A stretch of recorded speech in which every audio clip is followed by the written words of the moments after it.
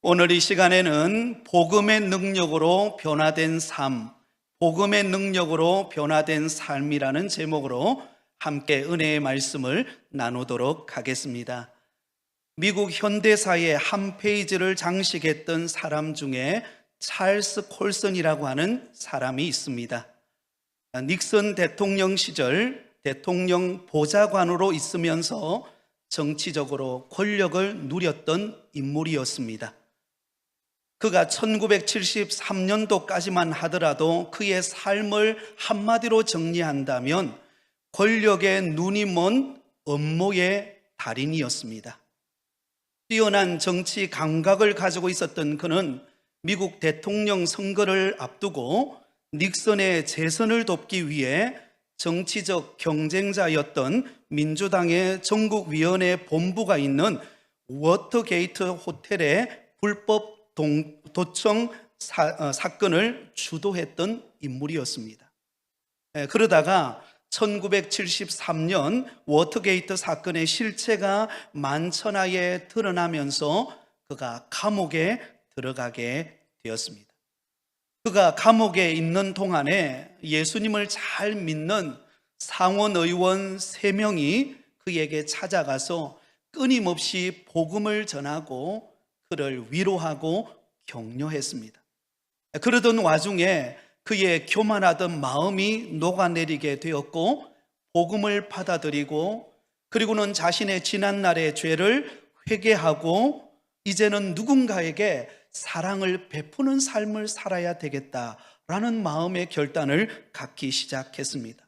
그래서 그때부터 그가 감옥에 있는 기간 동안 어떻게 하면 다른 죄수들을 더 사랑할 수 있을까 기도하기 시작하다가 죄수들이 가장 싫어하는 빨래를 내가 자청해서 그 빨래하는 일을 내가 섬겨야 되겠다 이렇게 생각하고 빨래를 하기 시작했습니다.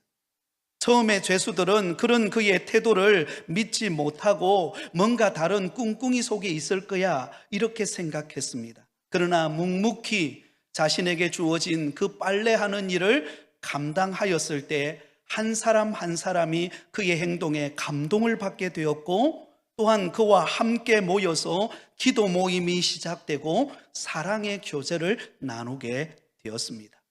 그리고는 그가 형을 마치고 감옥에 나온 후에 교도소 선교회라고 하는 단체를 조직해서 죄수들에게 복음을 전하는 일에 힘쓰게 되었습니다. 결국 그는 종교계의 노벨상이라 불리는 템플턴 상을 받게 됩니다. 그래서 어느 외국 잡지에 이 템플턴 상을 수상한 찰스 콜슨에 대하여 이런 평가를 내렸습니다. 현재 미국에 가장 건강한 사상적 영향을 끼치고 있는 저술가이자 예수 그리스도의 복음을 통해서 가장 강력한 영향을 끼치고 있는 전도자, 그리고 가난하고 억눌린 사람들의 가장 따뜻한 이웃인 그가 새로운 이웃이 되어 우리 곁에 돌아왔다. 어느 누구도 그가 변화된 삶을 살 거라고는 그 어느 누구도 생각하지 않았습니다. 그러나 그의 인생은 변화되었습니다. 무엇으로 그의 인생을 변화시켰을까요? 바로 복음의 능력입니다. 예수 그리스도를 인격적으로 만났기에 그의 인생은 변화될 수 있었습니다. 사랑하는 성도 여러분, 우리가 진정으로 복음의 능력을 경험하고 예수 그리스도를 인격적으로 만나면 우리의 삶은 변화되는 줄 믿습니다. 그러므로 우리가 믿는 기독교는 삶을 변화시키는 생명의 종교인 것입니다. 자, 그렇다면 변화된다는 것은 무엇을 의미합니까? 변화된다라고 하는 것은 지금까지 내가 살아오던 세상적인 삶의 가치관, 삶의 목적, 삶의 역할이 바뀐다는 것을 의미합니다. 이전과 전혀 다른 새로운 삶을 살아가게 된다는 것입니다. 오늘 우리가 읽은 본문의 말씀은 이와 같은 변화를 경험했던 한 인물을 우리에게 소개하고 있습니다. 그가 누구입니까? 사도 바울입니다. 원래 그의 이전의 이름은 사울이라는 이름을 가지고 있었습니다. 그는 이전에 누구보다도 앞장서서 예수 믿는 사람들을 박해하고 예수 믿는 사람들을 붙잡아서 감옥에 가두는 것이 그의 인생의 목표였습니다. 그러나 그가 다메섹 도상에서 예수 그리스도를 인격적으로 만나고 난 다음에 그의 삶은 변화되었습니다. 위대한 사도이자 위대한 선교사로서 이방인들에게 주의 복음을 전하는 헌신된 하나님의 일꾼이 되었습니다. 오늘 이 시간, 오늘 본문의 말씀을 중심으로 사도 바울의 변화된 모습을 통해 우리 자신을 조명해 보기를 원합니다. 또한 우리 역시 사도 바울처럼 예수님을 믿는 믿음 안에서 변화되어진 축복된 삶을 살아가는 여러분 되시기를 예수님의 이름으로 축원드립니다. 자, 먼저 예수님을 만나기 전 사도 바울의 삶은 어떤 모습이었을까요? 예수님을 만나기 전 사도 바울의 삶, 오늘 본문 1절은 이렇게 말씀하고 있습니다. 우리 같이 1절을 같이 읽겠습니다. 사울이 주의 제자들에 대하여 여전히 위협과 살기가 등등하여 대제사장에게 가서, 자, 여러분 여기 보면 아주 중요한 한 단어가 나오죠. 여전히라는 단어가 나옵니다. 여러분, 이 여전히라는 말은 무슨 뜻이죠? 이전에도 그러했고 지금 현재도 그러하다라는 뜻입니다. 다시 말하면 이전에도 예수 믿는 사람들을 핍박하고 감옥에 가두고 자기 종교적인 열심을 안고 살아가던 그가 지금도 여전히 그런 모습으로 위협과 혈기가 살기가 등등하여서 예수 믿는 사람들을 붙잡기 위하여 다메섹으로 가고 있는 그의 모습을 보여주고 있습니다.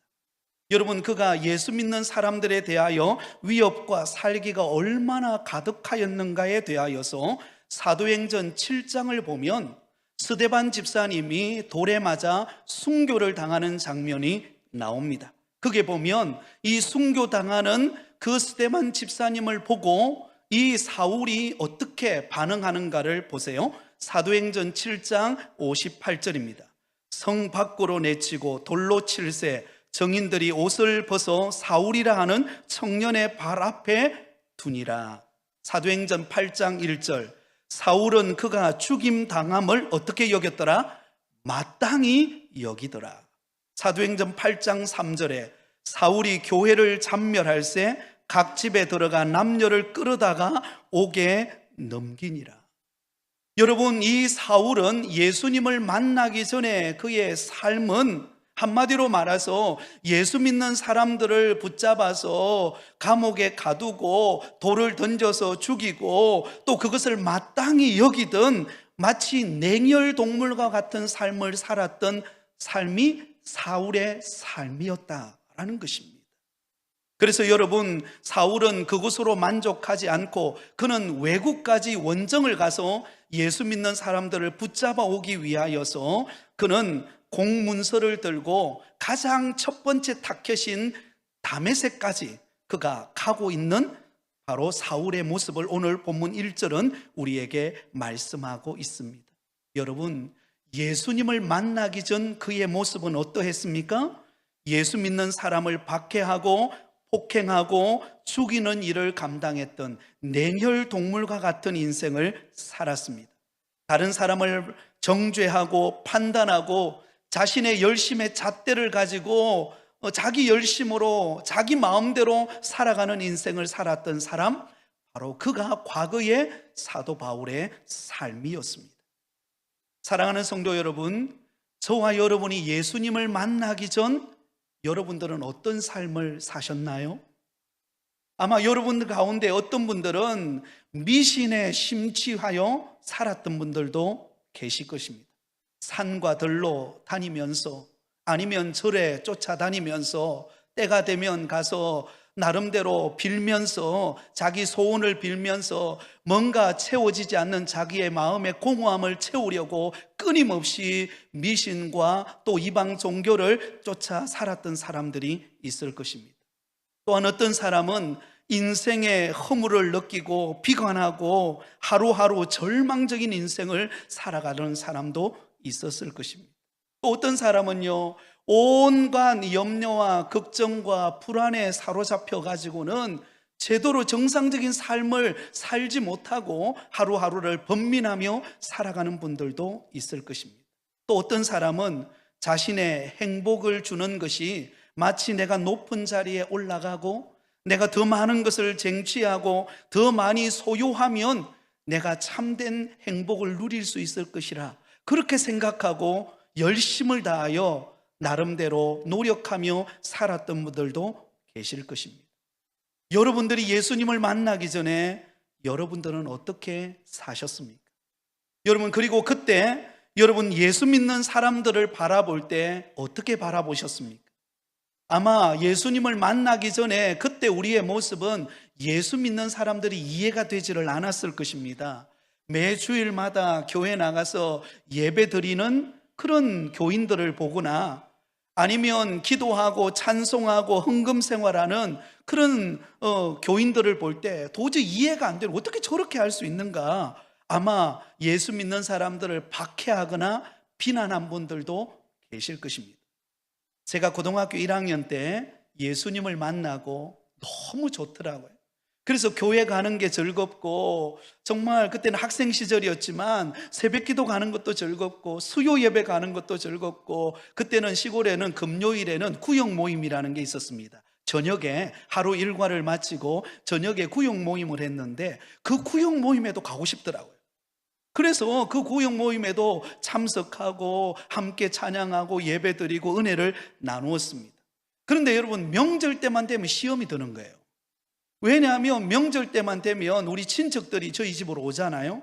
근데 그 중에서 꼭 우리 큰 집에 원수 같은 형이 하나 있었어요. 그 형이 다른 우리 아버지나 우리 가족들은 아무 말도 하지 않는데 그 큰 집에 있는 형이, 원수 같은 형만 오면 저를 막 쥐잡듯이 잡는 거예요. 교회 가면 쌀을 주나 밥을 주나 그러면서 막 제 가슴을 막 휘집어 놓는 거예요. 그러면 가서 주일날 은혜 받았던 거, 수요일날 은혜 받던 거, 구역 예배 가서 은혜 받던 거 한꺼번에 다 쏟아버린, 두고 보자 이런 생각도 막 들고요. 그런 시간들을 보냈던 과거가 생각이 납니다. 왜 그랬을까요? 아마 그분도 나름대로 아마 이해가 되지 않아서 아마 그렇게 했던 것 같습니다. 그러나 여러분 어떻습니까? 예수 믿고 신앙생활하는 것이 어리석은 일입니까? 그렇지 않아요. 가장 복되고 아름다운 인생이 예수 믿는 인생인 줄 믿습니다. 여러분, 예수님을 만나기 전에는 그 이해를 못해요. 그러나 예수님을 만나고 나면 예수 믿는 것만큼 좋은 게 없습니다. 할렐루야. 오늘 이 자리에 오신 여러분 모두는 축복된 자리에 오신 줄 믿습니다. 하나님께서 여러분들을 사랑하셔서 오늘 이 자리에 불러주셨다는 사실을 믿으시기를 바랍니다. 자, 그리고 오늘 본문에 보면 드디어 예수 믿는 사람들을 박해하려 가던 사울이 다메섹에 도달했을 때, 그때 예수님을 만나게 됩니다. 예수님을 만났을 때 변화된 사울의 모습을 볼 수가 있습니다. 자, 예수님을 만날 때 그때 모습, 호련히 하늘에서 빛이 임하여서 음성이 사도 바울에게 들려옵니다. 자, 우리 사도행전 9장 4절 5절 우리 같이 읽도록 하겠습니다. 땅에 엎드려져 들음에 소리가 있어 이르되 사울아 사울아 내가 어찌하여 나를 박해하느냐 하시거늘 대답하되 주여 누구시나이까 이르시되 나는 내가 박해하는 예수라. 사울아 사울아 내가 어찌하여 나를 박해하느냐. 부활하신 예수님께서 그 다메섹 도상에 시퍼런 냉일 동물과 같은 그런 마음에 딱딱한 굳어진 마음을 안고 다메섹에 예수 믿는 사람들을 붙잡아 감옥에 가둘 공문서를 가지고 오던 그 사울에게 예수님께서 나타나셨습니다. 사울아 사울아 내가 어찌하여 나를 박해하느냐. 대답하되 주여 누구시니까? 당신은 누구입니까? 그러자 이렇게 하늘에서 음성이 들려옵니다. 나는 내가 박해하는 예수라. 여러분, 이 사울은 과거에 예수님을 만나기 전에는 예수님이 십자가에 못 박혀 처절하게 죽음으로 인하여 끝나버린 줄 알았습니다. 이제 더 이상 예수님은 살아서 우리 가운데 나타나거나 또 우리에게 찾아오시는 분이 아니라 십자가에 못 박혀 죽어서 조롱받고 멸시당하고 죽어서 이제는 끝나버린 인생이라고 생각했습니다. 그러나 죽음의 권세를 이기신 예수님께서 그 사울에게, 강팍한 사울에게, 냉혈 동물과 같았던 그에게 찾아오시고 계십니다. 나는 내가 박해하는 예수라. 그리고는 예수님께서 이 사울을 만나 주셨습니다. 사랑하는 성도 여러분, 여러분은 예수님을 어떻게 만나셨나요? 저는 고등학교 1학년 때 예수님을 만났습니다. 중학교 3학년 때까지는 참 철없이 지냈던 것 같습니다. 놀러 다니는 거 좋아하고 또 뭐 친구들과 함께 어울려서 뭐 노래 부르는 거 좋아하고, 그래서 요즘에야 없지만은 옛날에는 카세트 녹음기도 굉장히 컸잖아요, 그죠? 그럼 굉장히 큰 카세트 녹음기 들고 소풍 가면은요, 그거 틀어놓고 제가 사회 보고, 평소 때는 제가 존재감이 좀 없었어요. 근데 소풍 가거나 아니면 운동회 할 때, 그때는 제가 응원단장이었습니다. 그리고 소풍 가면 제가 사회를 다 봤어요. 그리고 노래를 틀어놓고 춤을 추고 그러면서 즐기며 살았습니다. 그러다가 고등학교 1학년 딱 들어가니까 저희에게 어떤 고민이 찾아왔는가 하면, 나는 왜 사는가? 나는 어디로 가는가? 죽고 나면 나는 어디로 가지? 무엇을 위해 사는가? 이 존재론에 대한 고민을 갖게 되었습니다. 그런 답을 내가 얻을 수 없었을 때 너무나 막막한 것입니다. 바로 그때 친구의 소개로 교회 나가게 되었습니다. 교회 나가서 교회당 문을 열고 교회당 안에 딱 들어갔는데, 제가 이미 말씀드렸지만 시골 교회, 아주 작은 시골 교회당입니다. 얼마나 통풍이 잘 되는지, 교회당이 중간에 거미가 있어서 통풍이 잘 됐어요. 그런 교회당에서 바닥은 삐걱삐걱 거리죠. 그리고 여러분, 굉장히 작은 교회당이었습니다. 그런데 들어가서 딱 앉았는데, 아마 오늘 새생명 전도축제에 초청받아 나오신 여러분들처럼 교회당에 와서 딱 앉았는데요, 찬양을 부르는데 그 찬양 소리가 얼마나 은혜가 되는지 모르겠어요. 그 전까지만 해도 제 이름이 남진이잖아요. 그래서 유행가를 굉장히 좋아했는데 그날따라 찬양대가 7명이 앉았어요. 7명이 앉아서 찬양을 하는데 화음도 잘 맞지 않았어요. 예수 믿지 않았던 저지만 음악 그 감각은 좀 있거든요. 근데 음악 소리가 약간 불협화음에 저 테너 쪽에서 삑사리가 나더라고요. 그래서 참 이상하다. 그런데 그 삑사리가 나는 그 찬양 소리가 제게 감동이 되는 거예요. 이전에 제가 노래 불렀던, 유행가를 불렀던 그때와 너무나 다른 거예요. 저 푸른 초원 위에 그림 같은 집, 이때 부르던 거 다른 거예요. 너무나 은혜가 되고 마음이 평안한 거예요. 그리고는 목사님이, 시골교회에 연세가 많으신 목사님이 말씀을 전하시는데 그 말씀이 또한 은혜가 되고, 그리고는 예배를 마쳤어요. 예배를 마치고 난 다음에 한참 그 자리에 앉아서 눈물을 흘리면서, 그때 주님이 찾아오신 것이죠. 제게 찾아오셔서 제 마음에 마치 이렇게 말하는 것 같았어요. 사랑하는 진아, 내가 너를 만나고자 오늘까지 기다렸다. 사랑하는 여러분, 오늘 이 자리에 처음 나오셨거나 초청받으신 여러분, 이 음성을 들으실 수 있기를 바랍니다. 하나님은 여러분을 사랑하셔서 오늘 이 자리에 부르셨습니다. 사울에게 사울아 사울아 내가 어찌하여 나를 박해하느냐? 주여 누구십니까? 나는 내가 박해하는 예수니라. 그리고는 그를 만나주시고 그를 쓰다듬어 주시고 그의 인생을 바꾸어 주신 것처럼 저와 여러분에게 찾아오시는 주님이 저와 여러분을 만나주심으로 우리의 인생에 놀라운 은혜의 역사가 나타남을 믿으시기를 바랍니다. 자, 그렇다면 여러분, 그 예수님을 만난 사도 바울의 삶은 어떻게 변화되었을까요? 예수님을 만난 후 변화된 사도 바울의 모습, 그는 세 가지로 변화가 일어납니다. 그 첫 번째 변화는 삶의 가치관의 변화입니다. 여러분, 예수님을 만나기 전 사도 바울은 기독교에 대하여 정오심을 가지고 있었을 뿐만 아니라 그 박해하는 자기 자신에 대한 자부심과 우울감에 사로잡혀서 혈기가 등등하여 예수 믿는 사람들을 핍박하던 자였습니다. 또한 그는 예수님을 믿기 전에는 자랑할 것들이 너무 많았어요. 자기 자랑할 게 너무 많았습니다.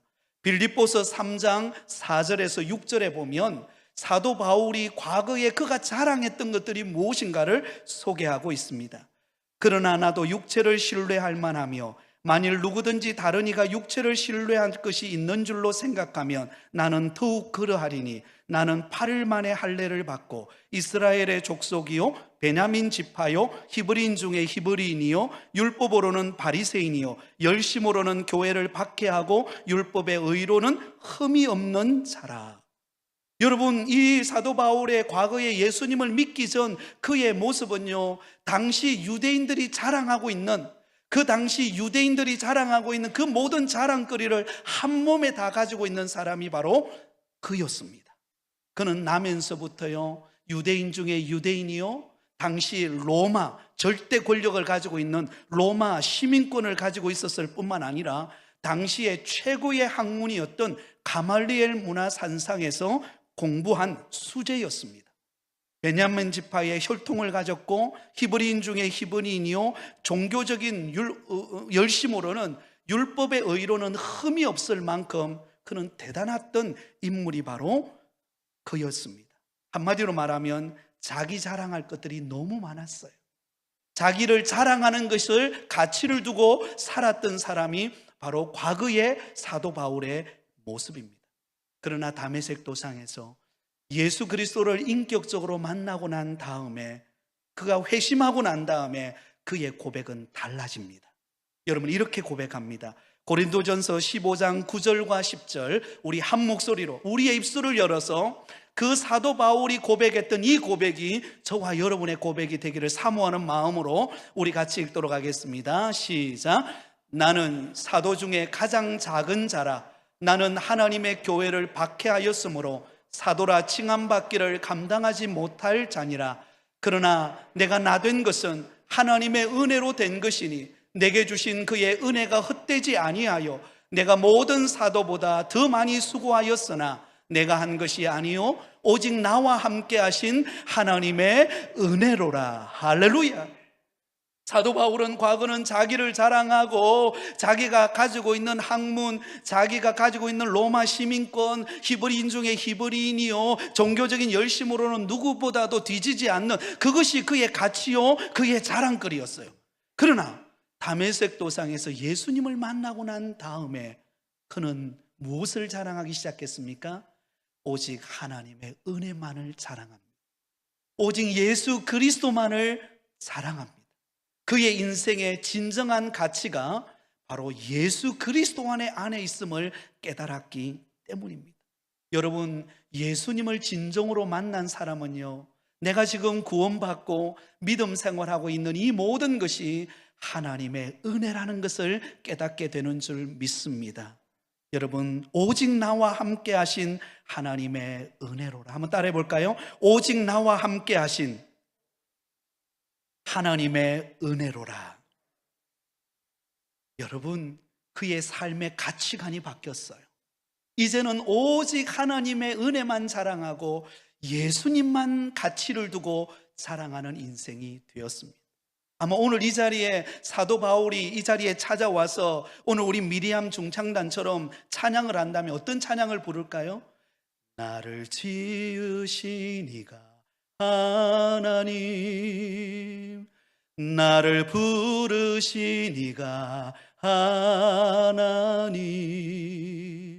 나를 보내신 이도 하나님, 나의 나 된 것은 다 하나님 은혜라. 아마 이 고백하지 않겠어요? 사랑하는 여러분, 여러분의 인생의 가치는 어디에 있습니까? 바로 예수 그리스도께 있는 줄 믿습니다. 그분 안에 있는 그 하나님의 은혜, 그 은혜가 너무나 커서 나 같은 죄인을 구원하여서 이렇게 믿음 생활하게 하신 그 은혜의 삶을 살아가고 있는 것에 가치를 두고 여러분의 인생을 살아가시기를 예수님의 이름으로 축원드립니다. 두 번째로 그는 삶의 목적이 변화되었습니다. 사도 바울은 삶의 가치관이 변화되었을 뿐만 아니라 한 걸음 더 나아가서 그의 삶의 목적이 변화되었습니다. 이전에 예수님을 믿지 않았을 때 그는 그의 인생의 목적이 무엇이었을까요? 그의 인생의 목적은 자기를 자랑하는 거였어요. 그래서 예수 믿는 사람들, 꼴불견인 예수 믿는 사람들을 붙잡아서 감옥에 가두고 또 핍박하고 박해함으로 인하여 자기 종교적인 그 열심, 그 율법적 의로움을 자랑하고 싶어 했던 것이 그의 인생의 목적이었습니다. 그런데 다메섹 도상에서 예수님을 만나고 난 다음에는 그는 그때부터 그의 삶의 목적이 변화가 일어납니다. 빌립보서 3장 8절에서 9절 상반절에 보면 이렇게 말씀하고 있습니다. 또한 모든 것을 해로 여김은 내 주 그리스도 예수를 아는 지식이 가장 고상하기 때문이라. 내가 그를 위하여 모든 것을 잃어버리고 배설물로 여김은 그리스도를 얻고 그 안에서 발견되려 함이니. 여러분, 이전에는 사도 바울의 인생의 목표는 내가 잘 되는 거예요. 내가 율법적으로 더 의로워지는 것이었습니다. 내 이름이 높임을 받는 것이었어요. 그래서 사울하면, 사울이라고 하는 이름의 뜻은 큰 자라는 뜻입니다. 큰 자. 나는 큰 자야. 어디로 가든지 누구에게 가든지 꿀리지 않는 그런 인생. 그 당시 최고의 학문을 공부했기 때문에 여러분 어느 곳에 가도 꿀리지 않는 인생을 살았던 사람이 사울이었어요. 그것이 자신의 인생의 목표였습니다. 그러나 다메섹 도상에서 예수님을 만나고 난 다음에 자기가 누렸던, 자기가 인생의 목표를 삼았던 그 모든 것을 다 해로 여김으로 그것을 마치 배설물처럼 여긴다고 했습니다. 그러면 그때부터 그는 누구를 인생의 목적으로 삼았을까요? 바로 예수 그리스도, 그분을 알고 그분께 영광 돌리는 삶이 내 인생의 목적이라는 것을 발견하게 되었던 것입니다. 사랑하는 여러분, 예수님을 제대로 만난 사람은 내 삶을 통하여 우리 주님께 영광을 올려드리는 것이 우리 인생의 목적이 되는 줄 믿습니다. 가끔씩 연말이 되면은요, 연예인들 혹은 배우들이 연기 또 연애 시상을 할 때가 있습니다. 그때마다 참 감동을 주는 그런 멘트를 하는 분들이 있어요. 그분들 가운데 그 전국의 시청자들이 보는 그 화면 앞에서 그들은 당당하게 오늘 이렇게 내가 이 상을 받은 것은 하나님의 은혜입니다. 우리 주님의 은혜입니다. 그래서 하나님께 영광을 올려드립니다. 여러분 너무나 멋있잖아요? 사랑하는 여러분, 우리의 인생의 목적을 하나님의 영광에 두기 시작하면 우리의 삶의 보람이 될 줄 믿습니다. 때로는 고난이 와도, 때로는 시련이 찾아와도 그것은 하나님의 영광을 돌리기 위한 과정이기 때문에 우리는 그것을 이겨낼 수가 있는 것입니다. 사도 바울은 하나님의 영광을 위하여 살기로 결단하는 순간 그에게는 수없는 많은 시험과 고난과 어려움이 찾아왔습니다. 그러나 그것에 굴하지 않았어요.